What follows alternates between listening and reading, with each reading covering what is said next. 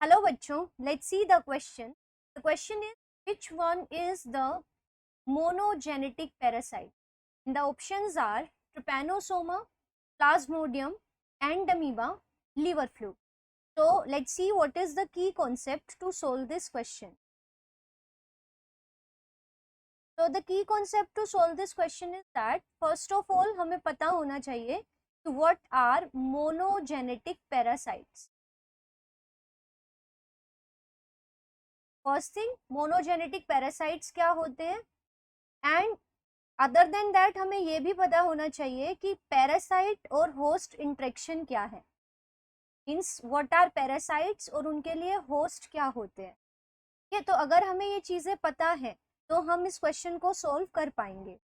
तो let's see कि parasite और होस्ट क्या है. सो पैरासाइट और होस्ट, एक्चुअली पैरासाइट ऑर्गेनिज्म है, एक रिलेशनशिप है जिसको हम कहते हैं parasitism. Parasitism is an interspecific interaction, मतलब ये दो स्पीशीज के मेंबर्स के बीच में इंटरेक्शन है जहाँ पे जो स्मॉल वाला ऑर्गेनिज्म है उसको हम कह रहे हैं पैरासाइट. ये फूड के लिए और शेल्टर के लिए किसी दूसरे ऑर्गेनिज्म पे डिपेंड करता है जिसको हम कहते हैं होस्ट. और होस्ट का साइज जनरली लार्ज होता है. It host is generally larger in size than the parasite. और पैरासाइट अपनी लाइफ का कुछ हिस्सा या फिर अपनी पूरी लाइफ अपने होस्ट के साथ स्पेंड करता है. Without its host a parasite can not complete its life cycle. और plus it depends for food and shelter on the particular host. अब ये जो इंटरेक्शन है इट इज वेरी स्पेसिफिक. ऐसा नहीं है कि कोई भी पैरासाइट किसी भी होस्ट पे अटैक कर देगा. तो this relationship is specific. A particular parasite particular host पे ही अटैक करते हैं. तो इस तरह के रिलेशनशिप के बारे में मतलब हमें पता होना चाहिए, फर्स्ट थिंग. अब दूसरी बात कि मोनोजेनेटिक क्या होता है. मोनोजेनेटिक पैरासाइट तो ऐसे पैरासाइट्स जो अपनी लाइफ साइकिल पूरी करने के लिए सिर्फ एक ही होस्ट पे डिपेंड करते हैं. Means the parasites which require only one host to complete their life cycle. अगर एक ही होस्ट पे, एक ही जीनस और होस्ट पे ये डिपेंड कर रहे हैं for completing its life cycle, तो इस तरह के पैरासाइट्स को हम कहते हैं monogenetic parasite. So the parasites which require only one host to complete their life cycle. तो इस तरह के पैरासाइट्स कहलाते हैं मोनोजेनेटिक पैरासाइट. अब हमें इनमें से बताना है कि कौन सा पैरासाइट मोनोजेनेटिक है, मींस किसके लिए सिर्फ एक ही होस्ट इज देयर. तो let's see options one by one. तो पहला जो ऑप्शन हमें गिवन है दैट इज ट्रिपैनोसोमा.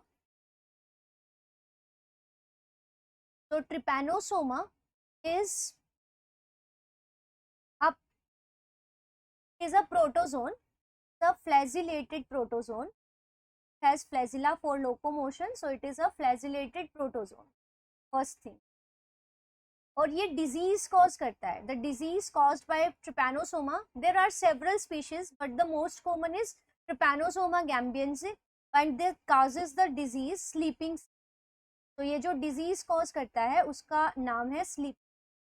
तो it is important to remember कि कौन सा पैरासाइट कौन सी डिजीज कॉज करता है. तो the disease caused by the Trypanosoma is sleeping sickness. And for its life cycle इसको एक से ज्यादा होस्ट की जरूरत होती है. तो इसके लिए जो होस्ट है they are more than one. तो इसके लिए जो प्राइमरी होस्ट है that is the human being. एक तो इसके लिए होस्ट हो गए वी, द ह्यूमन बीइंग. और जो इसके लिए सेकंड होस्ट है जो इसका वेक्टर की तरह भी काम करता है और इसको ट्रांसमिट करता है. मतलब ये जो डिजीज है ये ह्यूमन टू ह्यूमन फैलती है, तो इसको ट्रांसमिट करने के लिए जो वेक्टर है दैट इज टेट्सी फ्लाई. टेट्सी फ्लाई ये अफ्रीकन ब्लड सकिंग फ्लाई है जो ह्यूमन और अदर मैमल्स पे फीड करती है, उनके ब्लड पे फीड करती है. और इसका साइंटिफिक नेम है, इसका जो जीनस है दैट इज ग्लोसिना. तो इसके लिए हम देख रहे हैं कि एक तो इसको अपने लाइफ साइकिल के लिए ह्यूमन बींग्स चाहिए जो इसका प्राइमरी होस्ट है. प्राइमरी होस्ट होते हैं जिनके अंदर पैरासाइट सेक्सुअल रिप्रोडक्शन करता है. तो its primary host is the human being. साथ में इसके लिए जो वेक्टर और इसका जो इंटरमीडिएट होस्ट है दैट इज द टेट्सी फ्लाई और ग्लोसिना पैल्पेलिस। तो ये वेक्टर की तरह भी काम करती है क्योंकि ये ट्रांसमिट कर रही है। तो हम देख रहे हैं that it has more than one host for completing its life cycle, तो ये मोनोजेनेटिक नहीं है, सो इट इज डिस्कार्डेड। अब जो सेकंड ऑप्शन हमारा गिवन है दैट इज प्लाज्मोडियम। तो plasmodium as we all know कि प्लाज्मोडियम क्या है, plasmodium is a protozoan again, लेकिन ये एक स्पोरोजोन है because it has spore like infective stage in its life cycle. So it is a sporozone. It is a protozoan, but it is classified as sporozones.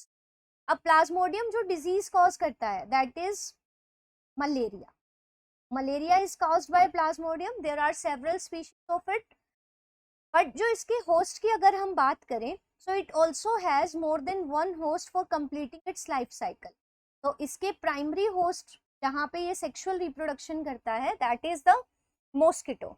तो इसके होस्ट की बात करें तो एक तो ह्यूमन बींग्स हो गए, हम इसके सेकेंडरी होस्ट हैं क्योंकि हमारे अंदर इट रिप्रोड्यूसेस एसेक्सुअल, तो ह्यूमन बींग्स हो गए इसके host.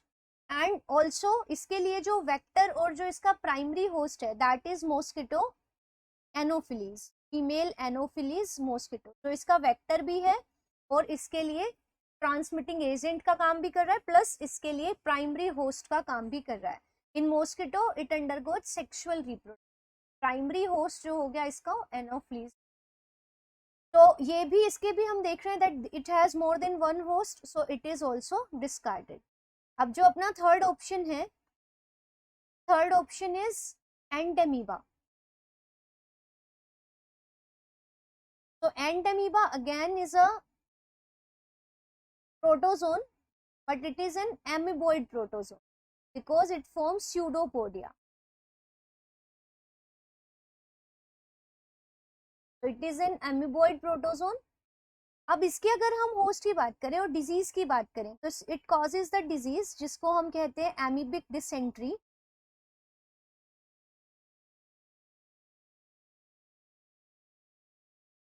So it causes the disease amoebic dysentery, which is also known as amoebiasis.